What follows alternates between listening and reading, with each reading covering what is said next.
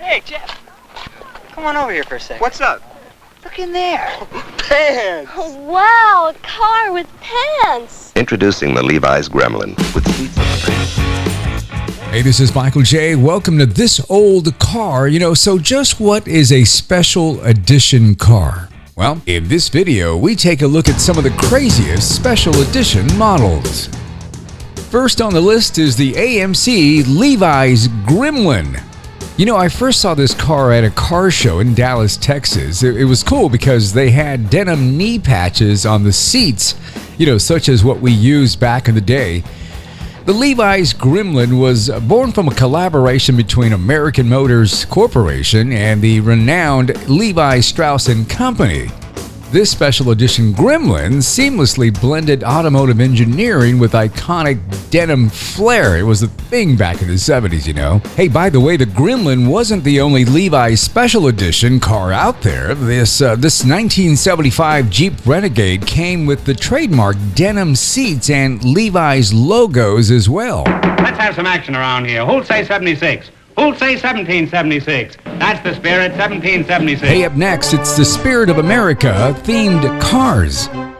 Hey, in 1974, against the backdrop of the United States bicentennial celebration, in which, in case some of you young bucks don't know, the bicentennial year was in 1976, Chevrolet introduced a special edition model that would not only commemorate the nation's 200th, anniversary, but also become a symbol of patriotism on wheels. They were the Chevy Spirit of America, from the Chevrolet Vega to the Impala and even the Chevy Nova. Customers had the opportunity to choose their preferred model while enjoying the exclusive Spirit of America features. All right, up next, I'm going to group these two, and they are the Chevy El Camino Royal Knight and the Conquista. Not as popular as some of the other El Caminos, the Royal Knight and the Conquista, say that 3 times, they were special editions. The Royal Knight was a mid-trim level for the El Camino, produced from 1978 to 1987.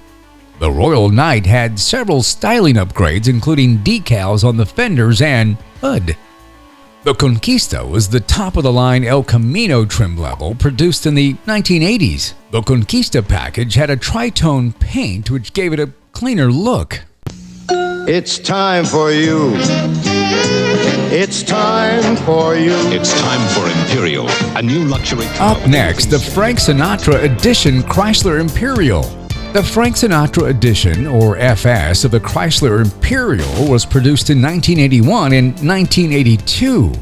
The FS was available exclusively in Glacier Blue Crystal, which is said to match the color of Frank Sinatra's eyes. After all, he wasn't called Old Blue Eyes for nothing. Next up, we have a crazy one here. This is the 1980 M81 McLaren Mustang. This car was a collaboration between Ford and McLaren, a Formula One and Can-Am racing company.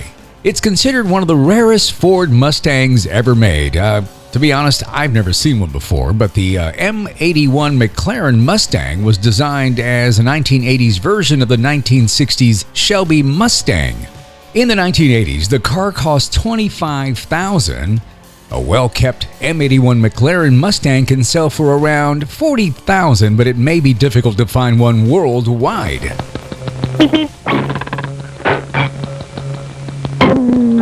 Coyotes don't make it.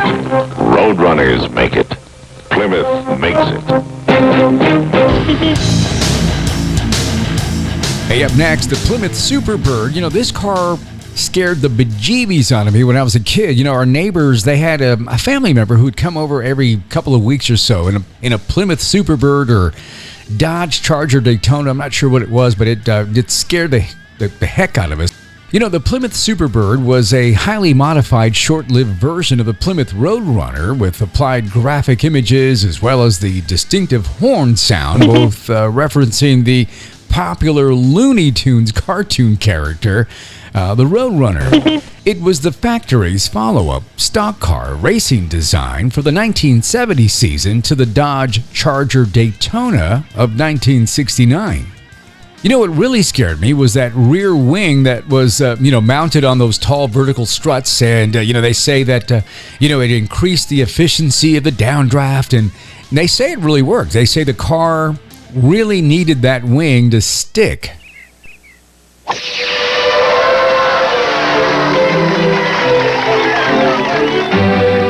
V8-powered Lincoln Town Car.